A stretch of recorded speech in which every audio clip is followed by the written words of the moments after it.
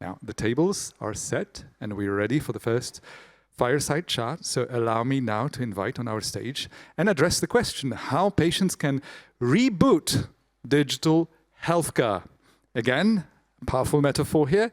Grace Cordovano, PhD, board-certified patient advocate, founder of Enlightening Results. Join me, please, madam. And let's welcome Grace again on the stage with applause, please. Patricia, Ripoll, patient advocate, health advisor, chief patient officer, and Fundación Visible. And panel discussion moderator, Ritesh, Patel, senior partner, Global Digital Health, Fin Partners. Hello again, Ritesh. How are you? Not too tired, I hope? Had enough coffee? Just one cup or Three nothing espressos. at all? 3 espressos. 3 double espresso or single espresso? Just single. Just all right. Enjoy the chat. Well, thank you for that. Actually, it was 4 espressos. Let's go. So I'm really wired, and this should be a really interesting conversation. So guys, thank you so much for staying. Those of you who are with us, this will be an insightful conversation around patients. Throughout the day, we've heard from people providing data, people looking at technology and digital tools to get people to live better, manage their health, all of that stuff. What's been missing throughout, even in the last conversation, it was all about giving content to people, is really around how do you achieve patient centricity? So this is the conversation. These 2 young ladies are tremendously passionate about this subject, as I found out at lunch. So it should be a very delightful conversation, I hope. So Patricia, patient centricity, we talked about this. Everybody's talking about it. I've been trying to do this for 10 years. How's it going? Do you think we're there yet? Well, it's a very good Big question. Subject, right? Yeah, big subject. For me, we are in the way to be in the patient centricity, but I think we have the wrong understanding about what is patient centricity, because patient centricity for me, it's not to work for the patient, or as in the past we were saying, to work to the patients. For me, it's clear it's to have to work with patients from the beginning to the end. And when I'm saying to the end, it's giving feedback, constant feedback. And then we were also talking about to work with patients, with the caregivers, the patients, and also with citizens, that they are not patients, but not thinking that they will be a patient in a future, because it's wrong. But citizens are the ones who will make this game changer. And for me, it's a very big opportunity.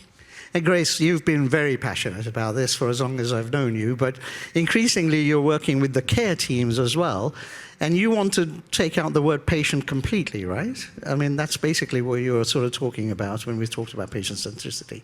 I mean, first of all, I hate the word patient centricity. It's a marketing buzzword, and when you talk to any patient and any patient advocacy community, they loathe the word. It's an eye-roll trigger, because the reality is I had a patient that sent this to me. It was a cartoon. It's a firing squad that's standing in a circle with their guns pointed, and a patient that is tied to the middle. And he said, that's what I feel like. I feel like all the odds are stacked against me. I can't get the care that I need. I can't get in touch with a human being. I can't afford the care that I need. No one is listening to me. I can't get the information. I can't. No, no, no.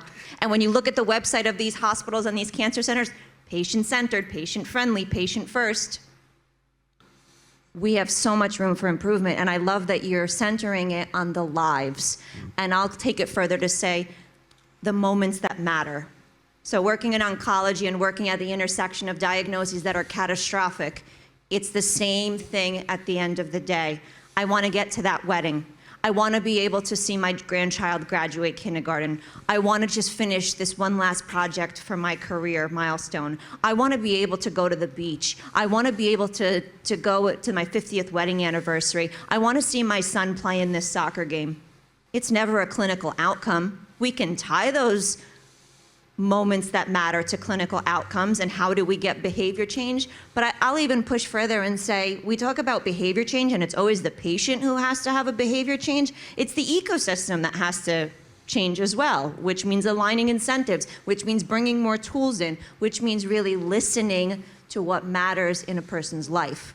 And we all say, we're all going to be patients. You have no idea until that rug is pulled out from under you, and then you really understand. So when I look at even those that grace the podiums at events like these, the stories that really matter are the catastrophic ones when, oh my God, I was a patient. Oh my gosh, my loved one went through this. And then you see that human connection. That's what matters. But is there degrees then of activity? Because and it's a shame that all the people are in the startup thing back there, because if they were in here, they could hear what they need to do. But that's a different story. We'll have a chat with Remus later.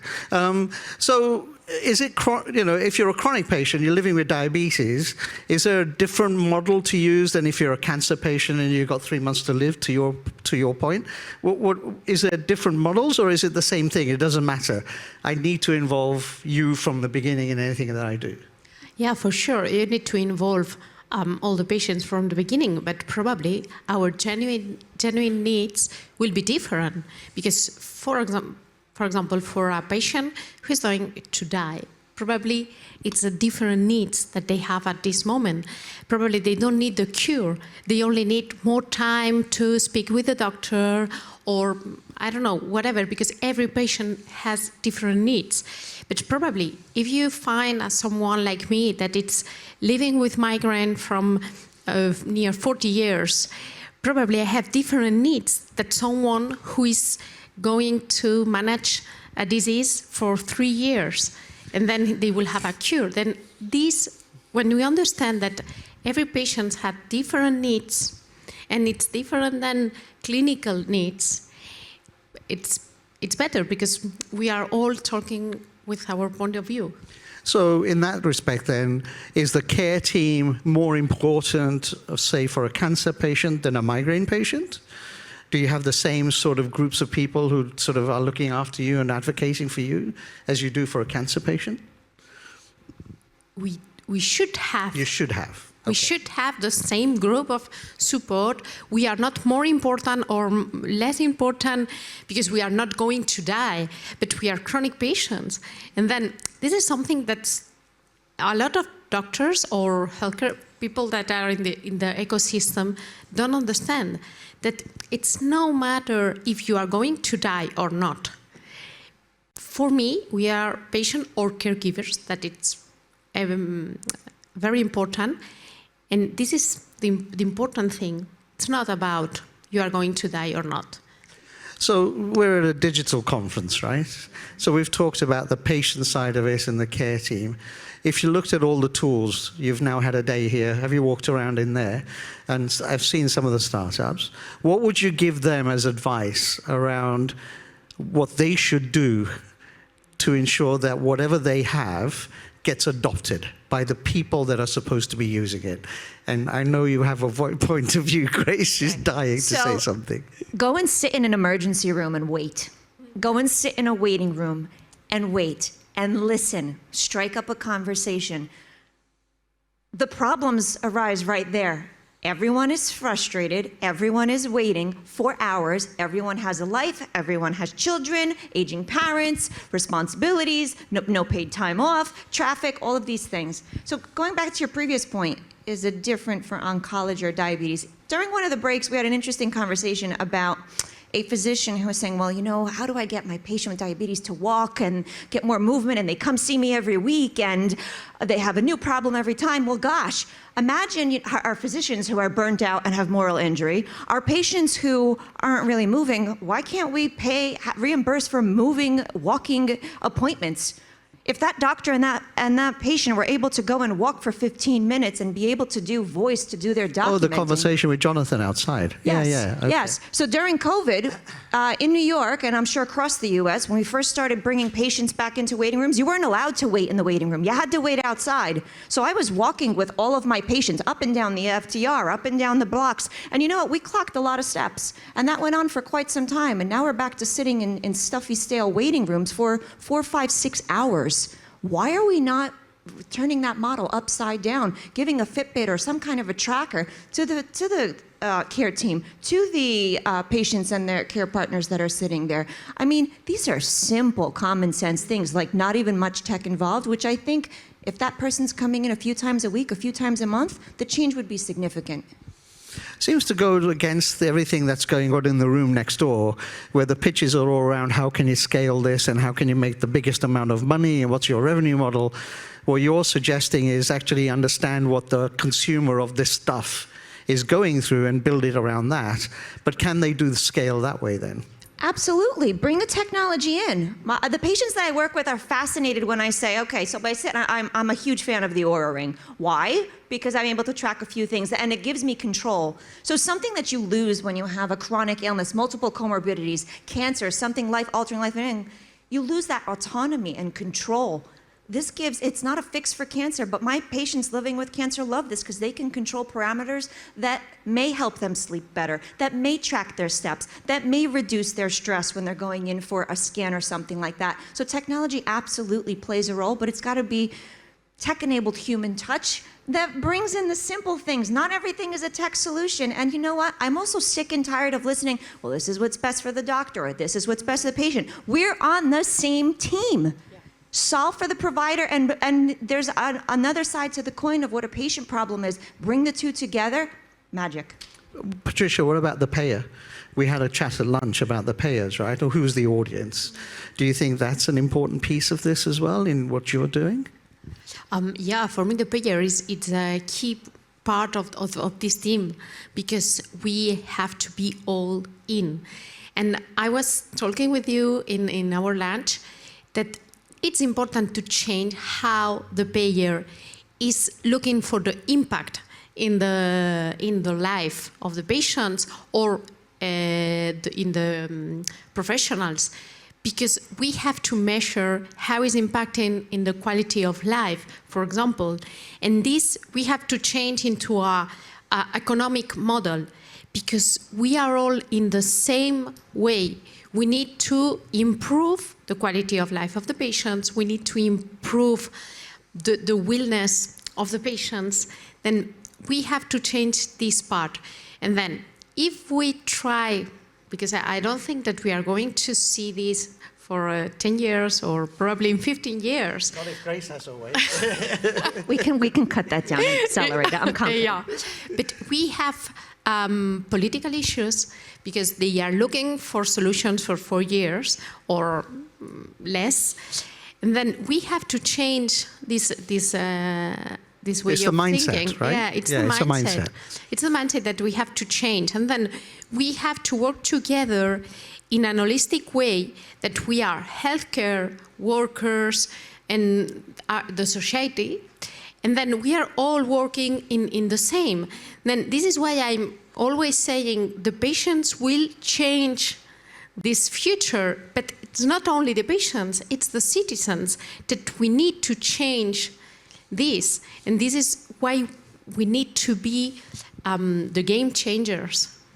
For those, I think the lunch conversation around adding the social pieces was an important piece. Maybe you can sort of go into that a little bit for the guys in the audience that we talked about. Yeah, we were talking about the return of investment, but measured like social return of investment. And then we have to add these concepts of quality of life, how we are impacting the life of the people. And then if we introduce this part and give it a money behind, then a value, then we can compare. Because we have a patient that cannot go to the work because it's in the ER, for example, or because it's at home. Then if we can put a value for this. For missing the work, for example. For missing right? the work, yeah. Exactly. Then if we can put this value and then compare how is it going if you don't go to the ER, and probably you receive, I don't know, a telemedicine app or something, then you will have a better quality of life of the patients. And then you will reduce the cost for the company, you will reduce the cost for the insurance, and at the end, you will reduce also in healthcare. Because everything is in the same level of importance. Hey, Grace, we were talking about, how do we put the people? So part of the measures that we've heard about all day today are around clinical outcome or reduction of cost, right? I'll stop these many ER visits if I use this asthma inhaler this way. But the addition of this is, what is the opportunity cost? Have you done anything like that? From an opportunity, if you improve this person's life by this much, using this app or this tool set, the opportunity for them to be more productive, not go to work every day, those sort of things. Have you seen any of that? It's funny, when you think about employers, I'm shocked that we don't do more for the caregivers who may be their employees, because I guarantee for anyone, who's a caregiver in the audience for a loved one that may be sick? Anyone? Okay. Wow, you all got We're a very privileged group. Oh, there's one. Okay, so I can tell you for any of the patients that I serve, it takes me 40 to 60 hours on average for an individual patient that's diagnosed with cancer to aggregate just their medical records. Phone calls, faxes, scans, FedExing, going in person to bang down on the medical records door. It's a lot of fun. Huge waste of time. Scale that and multiply it by the workforce and how many people are struggling if 1 in 6 people in the United States have cancer alone in just the United States. So I think alleviating that administrative burden. See, the thing is, we have a silent public health crisis, which is patient administrative burnout. No one's documenting how much work it takes to take care of someone. If we could calculate what it takes to be a caregiver or what it takes to be a patient, and then see what tools and technologies can alleviate that. Now we have adoptions where maybe payers could be supporting insurers, or we could be offering that as an employee health benefit. Easy for an opportunity, because now you're scaling that productivity and removing that administrative burden. So that's the fact in the US. Is it in Spain, for example? Do you have the same issues and problems of collecting the data from different providers and that sort of thing? Yeah, it's true that we have a public system that it's very huge, but we have a lot of private insurance, and it's not like in the US, but we have different, from the public systems, we have different suppliers of information, and we don't have this kind of information. It's not about an information for the patient, we have to ask for. And now they are starting to use the blue button strategy. It's something that you can download all the information, but it's just a pilot that they are doing. I hope that in 3 years we will see more information, but doctors or the healthcare system, they don't want to go to this way. We can see in all the conference that they are talking about this, but when you talk directly to the ecosystem, they say, oh no, all the information, it's going to be in the owner of the patients. Wow, it's very dangerous. And I say, why? Why it's dangerous? Because they can Google it. And I say, yes, but they can Google now.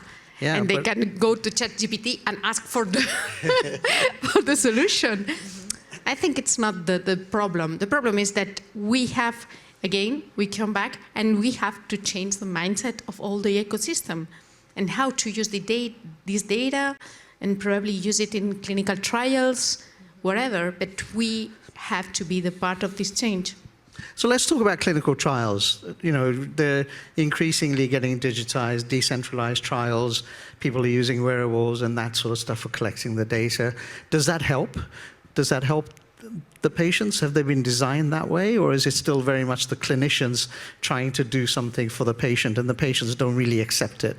What are you seeing, Grace? Are they more accepting to these new technologies? I'm absolutely all for decentralized trials. So I work with patients to try to find trials. So number one, if the patients don't have access to their medical records to understand what their diagnosis is, what their comorbidities are, what treatments they've been on, when they've stopped treatments, to understand the inclusion and exclusion criteria. Without the medical records, you can forget about it. We have this great website, clinicaltrials.gov, and it says, ask your doctor. Your doctor doesn't have time to talk. We have staff shortages. I can't even get a human being to pick up the phone. Patients are quite capable, and their loved ones are quite capable of finding a clinical trial. I am all for decentralized trials. I have patients who want to sign up for a trial who may live in New Jersey, and the office in New York says, no, you have to come in and sign the form with a pen. The consent, right? Sign yes. the consent. So it'll take maybe 4 hours to get there with traffic, to find parking, to pay $60 for parking, to pay for the tunnel, to go and sit in the waiting room, to literally put a pen on paper, and then go all the way back home. And this person may be in end stages of cancer, nausea, vomiting, fatigue, needs a stretcher and medical transport to sign up for a trial. Most of the patients die before they can sign that consent form because it is that tedious. I cannot explain to these families how we're operating this way when every other industry has electronic signatures. And these are life-death situations. This isn't like a nice to have. You can get a mortgage for a house and sign it on the iPad, right? I mean, gosh, give me a biometric. Can we just scan it and get me on? People want to get onto trials. It's just too complicated and too hard. And I'm in New York, where we have every technology available. There's not a technology problem here. This is a culture change, and it's a known barrier. And I think at these major organizations that are cancer centers of excellence, it's inexcusable. So we've got 5 minutes. What advice would you give to folks around the title of this talk, which is around digital health and patients? We've seen a lot of point solutions here today, and they're all in the exhibit hall. What guidance would you give to those guys out there around what they should do to encourage patient centricity, as they call it? Patricia, I'll start with you. Yeah, I think it's two key points. Are we really with the willingness to work with patients, okay, for this future, to design all these solutions that So start at the beginning before you even design the product, right? You have an idea, okay, it's fantastic, but you have to work on the problem, not on the idea. Probably your idea, it's a very good technological idea and very fancy, I don't know, but it's not solving the real problems of the patients or the ecosystem, because I want to include everyone, okay? Then I think one, it's this, and the other, it's in our hands, in all our hands. Are you really ready to press these keys, Ctrl Alt Heal, that we are calling this panel? Are you really ready to press these keys and start for change? And what change? Is it the doctors, the payers, it's everybody? Everybody. Everybody has to do it. So you have to include the entire ecosystem to do this. Yeah, everybody has to change. And probably we, patients and citizens, we know that we need this change, and we have to push for this.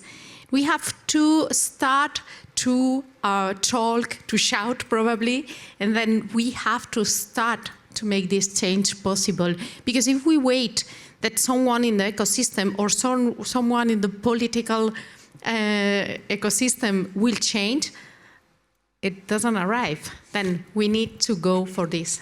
I'm always fascinated. You look at what, I think Livongo had about 200,000 patients or something, and they were acquired for gobs of money. I haven't seen any digital thing scale to millions of people. Do you think there is something like that out there, Grace, that could do that?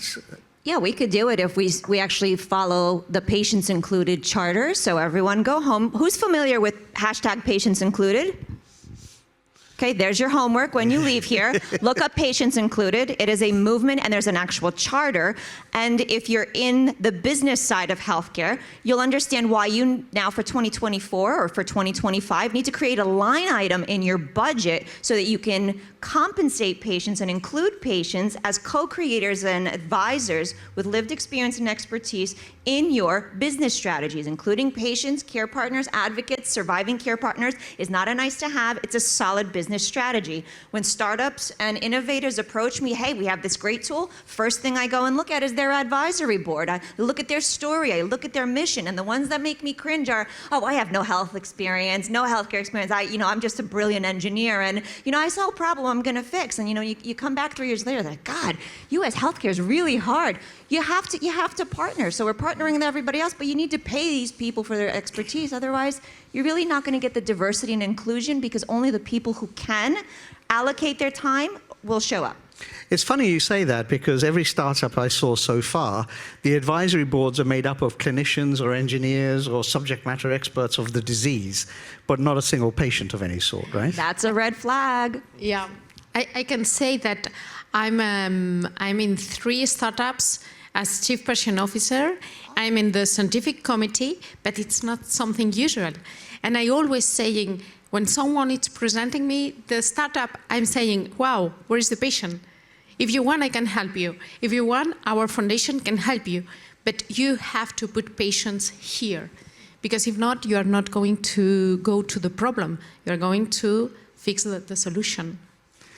Last words, we've got about 45 seconds. I'm just going to add to that, too. I have a lot of startups that say, well, you know, I'm a patient, and it's not the same because you have a privilege and a network and a knowledge and expertise that the people who aren't in the room don't have, and those unique unmet needs go unheard. So if you're saying we're all patients, we're all going to be patients, or I'm a patient myself, check yourself and dig deeper so that you have diversity and inclusion, because that's going to be necessary throughout your ideation, co-creation, implementation, integration life cycle. Last piece of advice from you, and then we're running out of time. So what would you say to somebody out there from a patient perspective, what they should focus on as they go on their journey in 2024?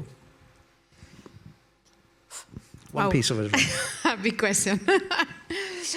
I think I'm going to repeat that please have the willingness to include the patients, and then you will go wherever you want.